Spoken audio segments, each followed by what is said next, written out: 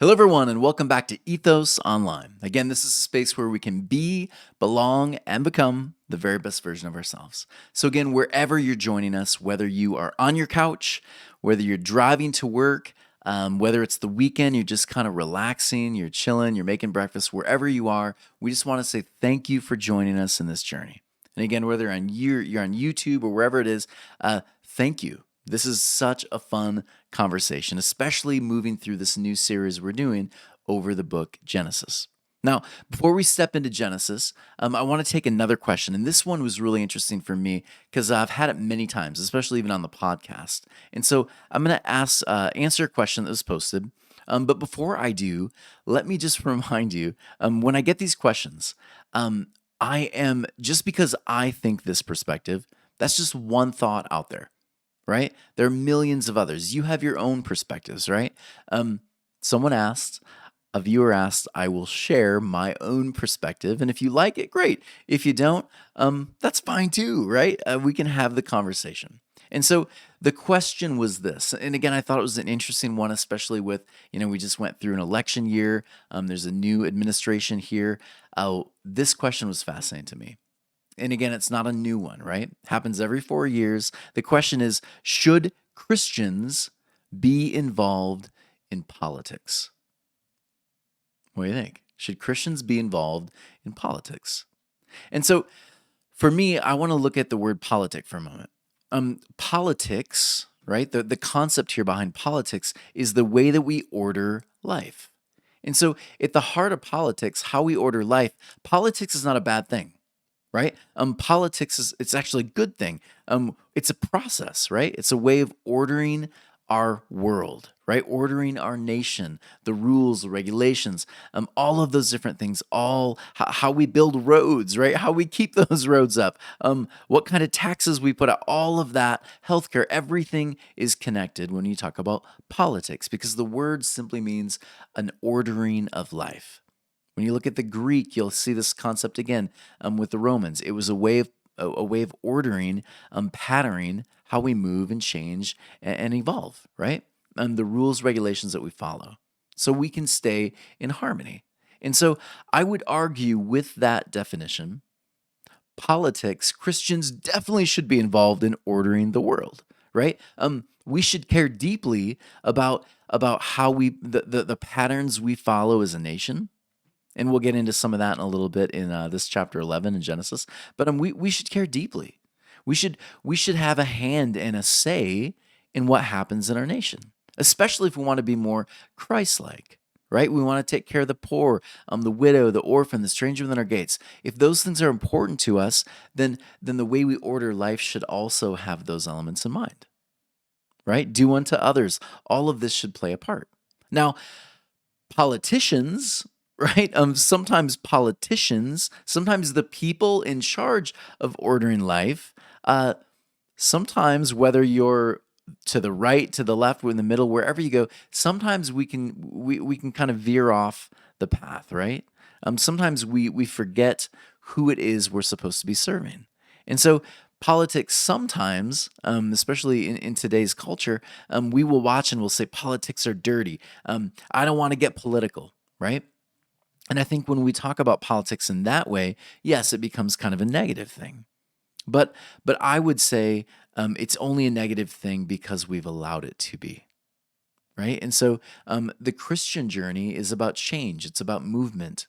It's about calling out and saying, look, something's broken. It needs fixing, right? No matter which side of the aisle you're on.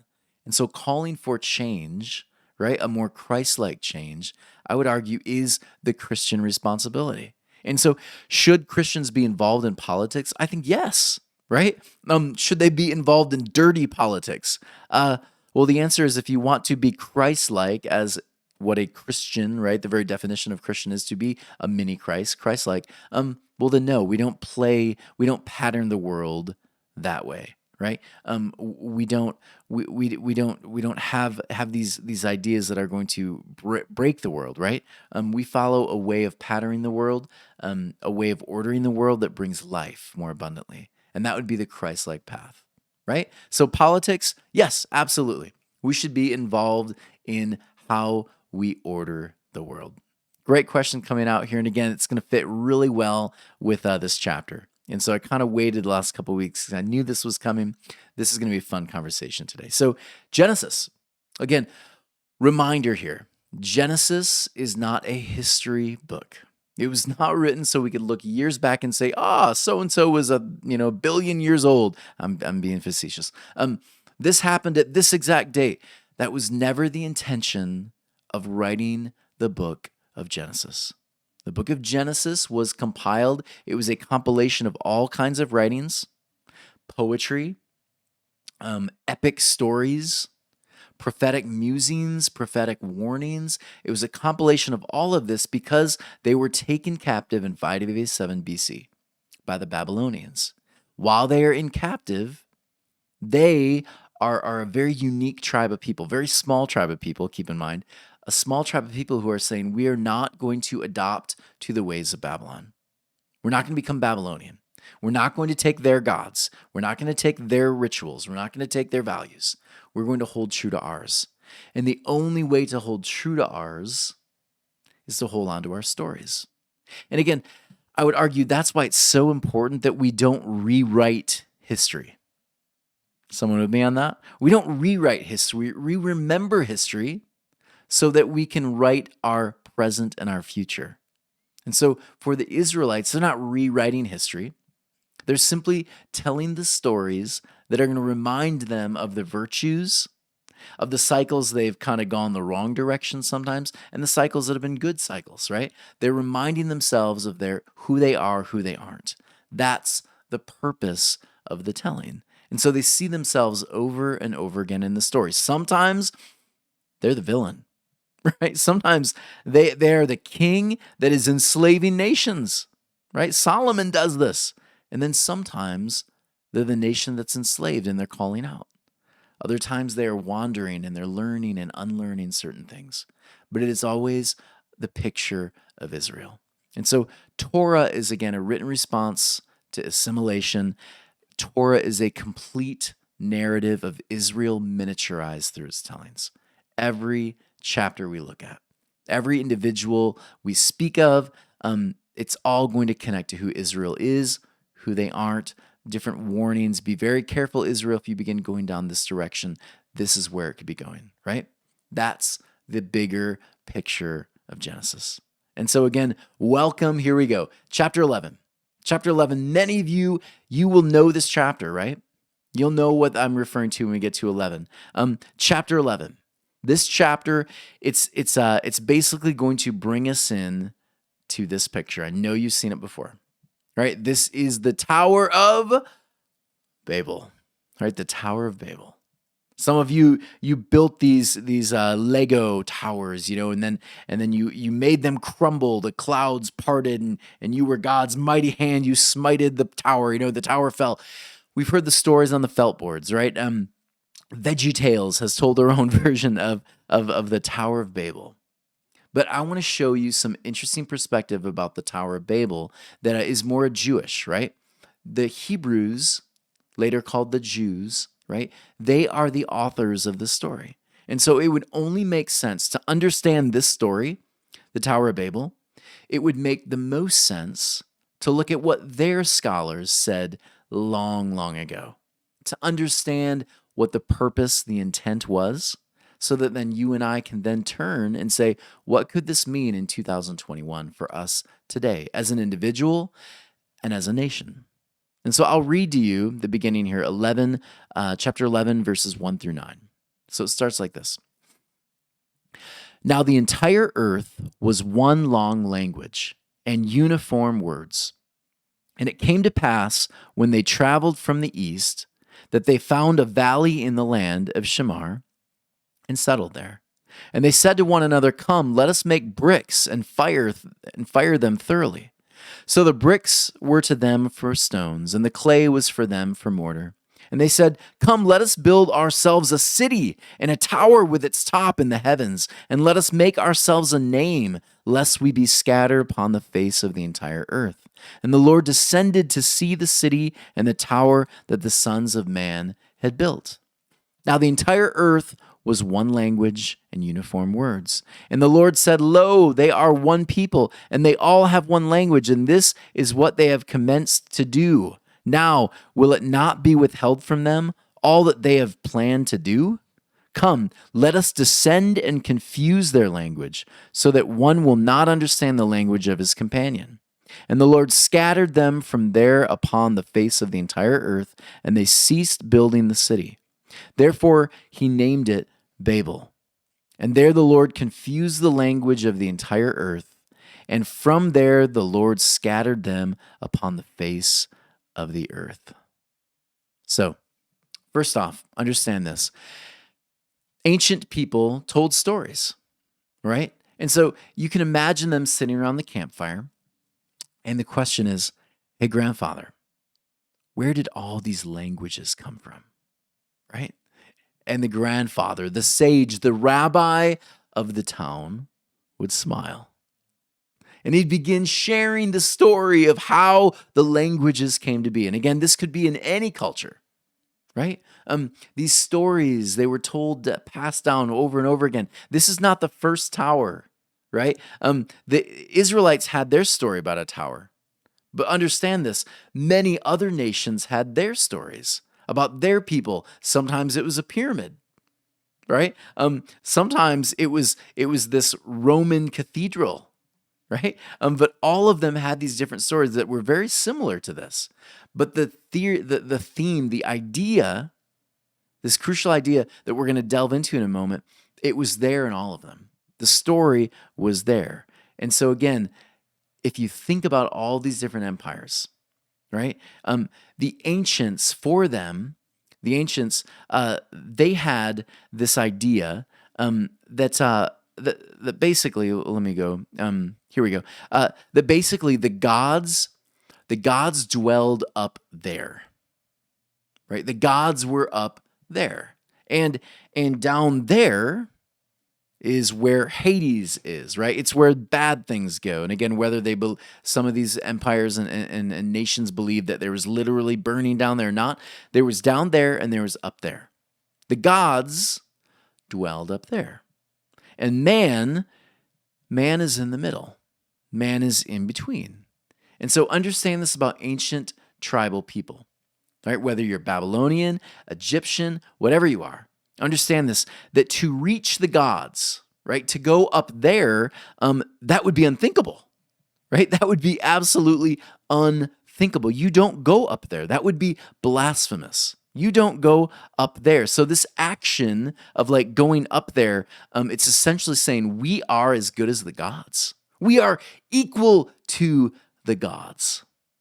Right? And if you've ever read any of these stories about Rome and Mount Olympus, right? If you've read these stories about how the Greeks viewed their mountain, if you read about the Egyptians, the Babylonians, you'd understand this. Everything happens up there, and to go up there, that just didn't happen. Even the Hebrews had this concept that their God is up somewhere beyond, and you just never were there, right? You couldn't walk on that plane, right? And if you did, you would be like the gods. And so to build a tower, right? To build a tower that goes up to the sky, right? That where it's basically like a ladder up into the God's, the God's throne, the God's domain. That, right? That would be a slap in the face to them. An absolute slap in the face to their gods. And so this is a really prideful moment. This is a prideful story. It's about empire, right? An empire that is so full of themselves that they are saying, our empire is so great, it reaches from here all the way to Olympus, right? It reaches from here all the way up there. We can control all of it. We are not only like the gods, we are above the gods, right? This was a prideful thing. And anyone who's ever read any of those stories, whether it be the Hebrew narrative, the Roman narrative, the Greek, whichever narrative you're reading, anytime mankind does this, there's going to be a fall. Whether it's Zeus throwing the lightning bolt, or whether it's Israel's God sending a flood, the empire is not going to last long. And so going back to the scripture, Genesis 11, 1 through 9, notice this. It says this in the very beginning of this section. Now the earth was one language and uniform worlds. So you could take this literally, and you could say at some point in time, I believe that the world was everyone spoke the same language. There's some anthropological issues with that. I'm just going to let you know. But if you want to take it literally, you can, of course. That's okay. But the rabbis, the Hebrews, the people writing this, the idea here was even bigger than that. Whether it's metaphor to you or literal, the idea here is that peace, connection, oneness, uniformity, this all comes before a fall, right? There is shalom before this moment of pride, this prideful act against the gods. Before this happens, there's uniformity.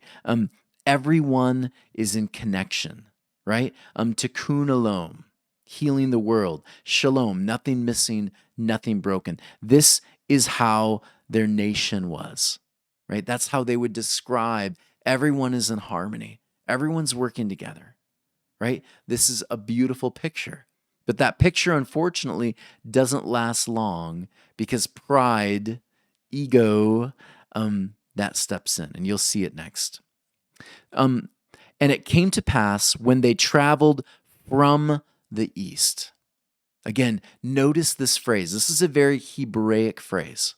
Anytime you see in the Bible when they mention they are walking from the east, understand the east is where Eden was, right? The east is where Eden was. When you're walking away from Eden, there's a deep, deep metaphor there, right? At one point, we were in harmony. At one point, we were in oneness, right? Now we are walking away from Eden. We are moving east. We're stepping away from the things that bring connection, beauty, shalom. We've stepped away from those things. We are heading in the wrong direction. That's what this verse is saying. They are moving from the east, right? They're leaving the east. I'll keep reading. And they said to one another, "Come, let us make bricks and fire them thoroughly." So the bricks were to them for stones and the clay were to them for mortar. Again, any Hebrew reading this, immediate connections, right? What are they making? Well, they're making bricks. Who makes bricks? Well, we did, right? We did. When we were in Egypt, when we were slaves, when we stepped away from Eden, when we moved away from Eden, we became captives. We lost our story, right? We lost the plot line. We forgot who we were. And so our identity was lost. And what we did is we took up that old curse, right? That curse of Cain. We began toiling with the earth again. Instead of finding our identity in the divine, right? We're made in the divine image from the things of the stars. Our identity now comes from what we do. And this brick for them, it's this quick reminder. Captivity, brokenness, slavery is coming, right? And again, for a Jewish person reading this, it's so absolutely clear. Bricks, east of Eden, got it. We know what the author is doing here. For us today, we have to ask deeper questions, don't we? They are moving away from the things that bring life. They're beginning to identify not with who their God is, but with what they do. It's an act of pride, right? I can do great things. I am good. My ego is the thing in charge. I am the one. I am great. I'm number one, right? I am number one. Think about that phrase. I was reading this fantastic book, Tuesdays with Maury. There's this beautiful scene where this professor at this college, he's at this basketball game, and the players are playing, and the crowd starts chanting, "We're number one, we're number one." And Maury stands up and says, "What's wrong with being number two?" And everyone kind of stops, and they look at Maury, and they kind of just sit back down. Because here's the thing, empire is always focused on number one. And to keep that status of number one, You got to work hard at that, don't you? You got to push others down if you want to stay number one. It's an exhausting place to be. Ask any athlete who's been number one. Ask any team, any person on the Billboard charts number one. They'll tell you it's tiring, it's exhausting. It's almost a moment of like, when you finally lose that place, right? That's why France is not screaming anymore about being number one. They're not even worried, right? We'll take 16, right? But empire is always very focused on being number one. It's what they do, right? What we do, and that prideful action is what brings an empire, a nation, or a person into captivity. I'll continue. Come, let us build for ourselves a city and a tower with its top in the heavens. Let us make ourselves a name, lest we be scattered upon the face of the earth. Build ourselves an empire. All right, build ourselves a nation. Consider for a moment the various individuals in history who carried that narrative. The one that these individuals there at the Tower of Babel were carrying. We want to be number one. Our goal is domination, right? Our goal is to be like the gods. Those men and women, Hitler, Stalin, Mussolini, Napoleon, right? Their stories didn't end well, did they? And in fact, I would argue their nation's stories didn't end well. Because when you are number one, right? When your goal is to dominate, control, oppress others so that you can be number one, right? When that is your goal, when you're taking resources from others, when you are enlarging your territory at the expense of others, when you are that beastly presence on the earth, at some point, your nation will crumble. Your tower will fall. And we know historically over and over and over again, nations that act beastly, as John the Revelator would say, they always fall. It's what beastly empire does. And so beastly empires, they always leave behind them a wake of destruction, right? In our country, let's be honest, our country has played that part. We just bombed Syria, right? We have done so many things in the past. We've been in so many wars. We've played that part too, haven't we? Yeah, many nations have. Being number one comes with a cost. And oftentimes there are victims involved, right? When a nation acts beastly, they also create victims. And so I want you to think about this. There's research done by a historian. He shares the cycles of empire. And the cycles, and again, this individual is a Christian, and so they have a spiritual bend toward the cycles of empire. And so it's a fascinating one I want to share with you. They start with this idea. There's bondage to spiritual faith, right? There's a moment where you are in captivity, right? Israel, over and over again, they're in captivity. Think about the American Revolution, right? They were kind of slaves to England. So many different empires have moved through this. They were slaves. They were the weak ones. But at some point, they begin to multiply, right? We hear the story over and over again, no matter where we are. They begin to multiply. They begin to grow bigger. They begin calling out injustice, injustice, injustice. And they begin to build their courage, he says. After courage is built, they begin crying out. And their voices are heard and momentum is built. And before you know it, they experience liberty, right? They experience liberty. They are able to move through the waters and they leave Egypt. The great exodus happens. They experience liberty. But after they experience liberty and they wander for a bit, they begin to build abundance. Yeah, they begin to build an abundance. They begin to experience more of a lavish kind of life. And after a while, we experience so much comfort that we begin to become, he calls it, the complacent stage. We begin to be complacent to the needs of others, complacent to the needs of the world, complacent. We just enjoy where we are. We're number one. After complacency happens, he says the next stage of empire is going to be apathy. Not only am I not complacent, I just don't really care.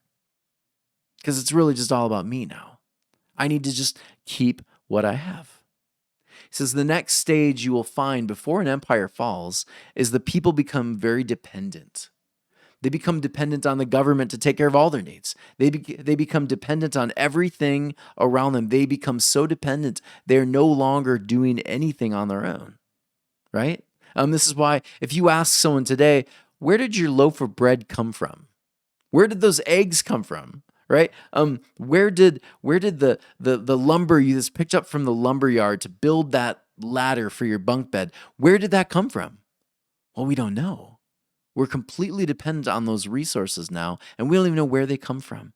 Most of us, we're not even aware that we probably if we didn't have all this shipping and Amazon trade and all this, we wouldn't even have strawberries during the winter because that would not be normal 100 years ago. Right? But we've made it possible for this to happen, and we've become dependent on strawberries in the middle of winter, which is very weird evolutionarily. All this to say, we move into this dependence stage. After dependence, we become slaves to it. And once we are slaves, we fall back into captivity. Sometimes it's a slavery of our own making.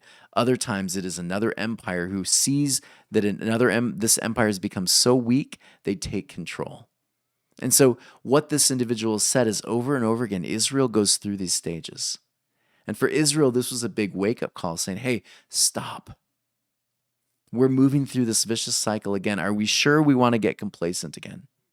Are we sure we want to stop focusing on being good human beings and just being number one? Are we sure we want to go there again?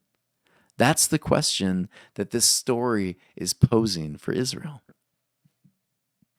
Toward the end, it says this, and the Lord descended to see the city and the tower and the sons of man and what they had built.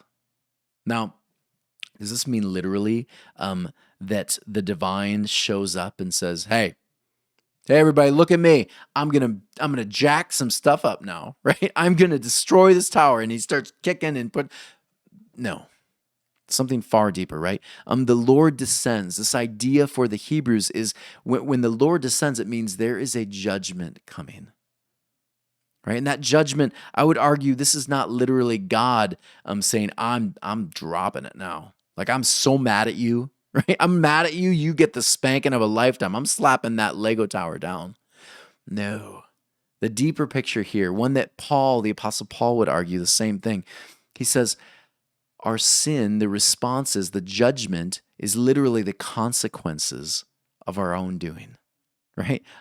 When I do this, when I touch the hot pot on the stove, the consequence is going to be me burning my hand. When beastly empire begins to act beastly, when they begin to want to take control and oppress others, the natural consequences that will happen are that at some point in time, not too far away, that beastly empire is going to fall and someone else will be on its head, right? One thing we've learned here in America over the summer, especially 2020, we saw riots, we saw looting, we saw violence, we saw the Capitol stormed. We've seen so many things, so many violent acts. And when you watch these actions, most of us are not saying, oh, finally, someone did that. I'm glad that's over. Most of us know that when these actions take place, more violence, more looting, more brokenness is going to follow. Because violence always begets more violence, right? It always escalates things. It never actually solves the problem.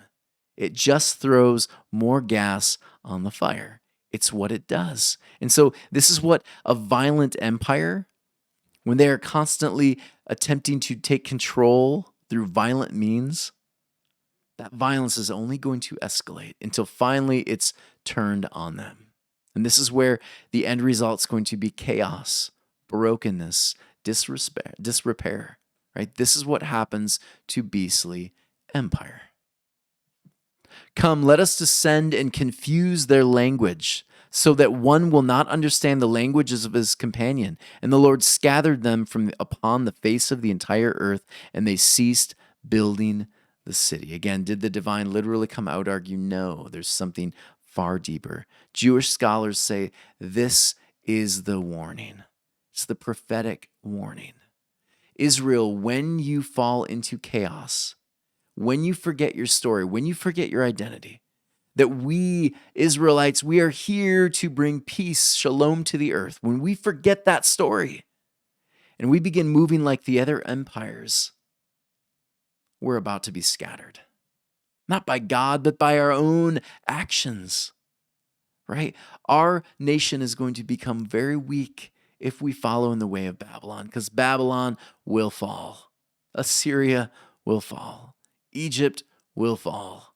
Rome will fall. Greece will fall, and they did. And they do. Whenever we follow beastly empire models, examples, violence, brokenness, a fall, and empire falls every single time. He named it Babel. And there the Lord confused the language of the entire earth, and from there the Lord scattered them upon the face of the earth. Understand this. Babel, right? Babel, this is chaos. The Babylonians, this is, again, how would you talk about your enemy? Where did your enemy get their start? You guys understand now? Well, no wonder they're so chaotic, right? This is why they tell the story of the Tower of Babel. Of course, it's going to be their enemies. It's going to be Babylon. Babylon brings confusion, chaos, brokenness. It's what their nation does. And we as Israelites, they're saying, we don't follow that model anymore. We don't want to live like that anymore. There's a choice. You don't have to live like that anymore. In college, I had a teacher. We met for breakfast once a week, and I was going through a lot of confusion. I didn't know who I was. I didn't know what major I should be following. I was just confused, and I was beginning to kind of fall into some traps that just weren't good for me.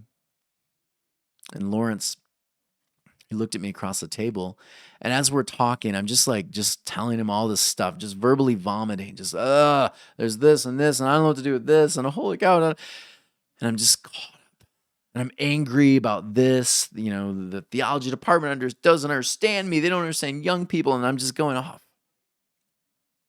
And Lawrence kind of looks at me and he says, "Tony, you don't have to live like this." And I was kind of like, "Yeah, I know. Yeah, I get it." He's like, "No,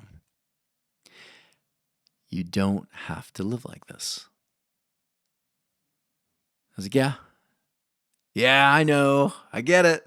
Like, I'm not going to live like that. And he just kept looking at me. And I remember he said it again. "Tony, just stop. Stop. You don't have to keep doing this." And I broke down crying in the middle of the cafeteria because the connection was made. I kept falling into the same habits, the same brokenness. I kept allowing certain things to just rile me up, lose control. In the back of my mind, even today, when I begin to find myself riled up over certain things that I should have outgrown, playing the victim card again, getting angry about this or that, I'm reminded of those words. You don't have to live like this anymore. You have a choice. And the question, of course, is what kind of person will you be? What kind of journey will you walk? I would argue we as a nation should be asking this question. What kind of nation do we want to be? Right? When you vote for someone, what kind of nation do you want to be? That should be the question that goes through your mind. Not whether you like or dislike, whether you think they look sexy in a suit or not, or whatever the surface thing is. What kind of nation do you want to be? What kind of policies do you want in place? Right? Do you want more war, more control, more confusion, more pain, more Babylon? What kind of nation do you want to be? And then I would say the deeper, more probing question right now. What kind of person do you want to be? Right? Wherever you go, what follows? Are you bringing more peace to the world or more chaos? Are you the one that when you show up at the dinner table or when you show up with friends, you're the one bringing the negative energy? You're the one that's always got the mean, caustic thing to say. Or are you the person that shows up, reminds people they're loved, sends messages out to people you haven't talked to in a while just saying, I appreciate you, I love you? Or are you the cynical person always with the negative response? What kind of person do you want to be? That question hopefully will be this: I want to be more Christ-like. I want to be more Christ-like. I want everywhere I go to make connection, to bring healing, shalom. I want to find ways to bring people together, to help them feel loved, encouraged, supported, comforted. Can you imagine a nation of people who want to look like that? Yeah. And that's Israel's challenge in chapter 11. And I would say it's a fantastic one for us today. And so, how do we take it home? What do we do? What do we do to apply this? I would say this: how do we build life without tearing others down? I would start with this. Consider Jesus' words, right? If we want to be more Christ-like, well, what did he say? Do unto others. Simple golden rule, right? What would I want done to me? What would I want said to me? This person needs some support. How can I support them? Rather than tearing them down, how do I build them up? Right? This person's gone through some stuff. Well, how do I build them up? What can I say? What can I do? What can I bring? Do unto others as you would have them do to you. It's a beautiful place to start.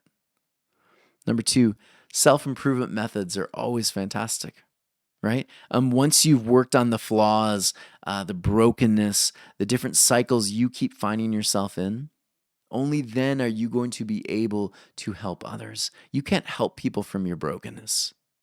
You can, however, help them when you are finally in those places of healing. Yeah.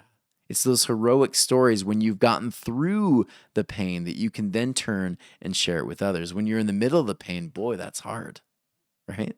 So work on those self-improvement methods. Number 3, look for opportunities to help. There are always opportunities. Have an open heart. Make your prayer as you're walking through your day.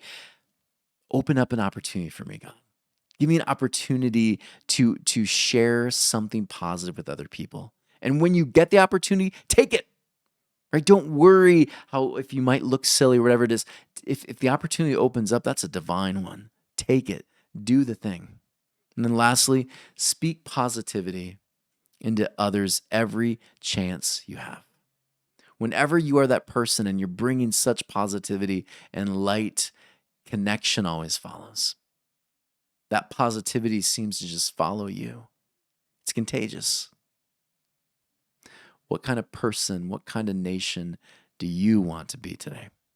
Everyone, I hope you enjoyed this discussion on the Tower of Babel. I think it's so beautiful, so fantastic, so many great applications. I had a lot of fun today. So as always, please consider giving ethos-church.org/donate. That's a tax-deductible donation. So please consider giving there. Also know that every month, twice a month, we do Ethos Living Rooms where we come together. I send you the Zoom link, and we actually discuss different concepts of the Bible, how to live more fully, how to be more Christ-like. We go through all of that together, and it's so much fun. Email me if you want to be a part of that. And also, let's keep building up this YouTube channel. Let's get some more views out there, as well as all the other things that we've been doing. Everyone, we love you. Thank you much for joining us, and we'll see you next week when we delve into the next portion of verses 12 and on in chapter 11. Everyone take care. We'll see you later.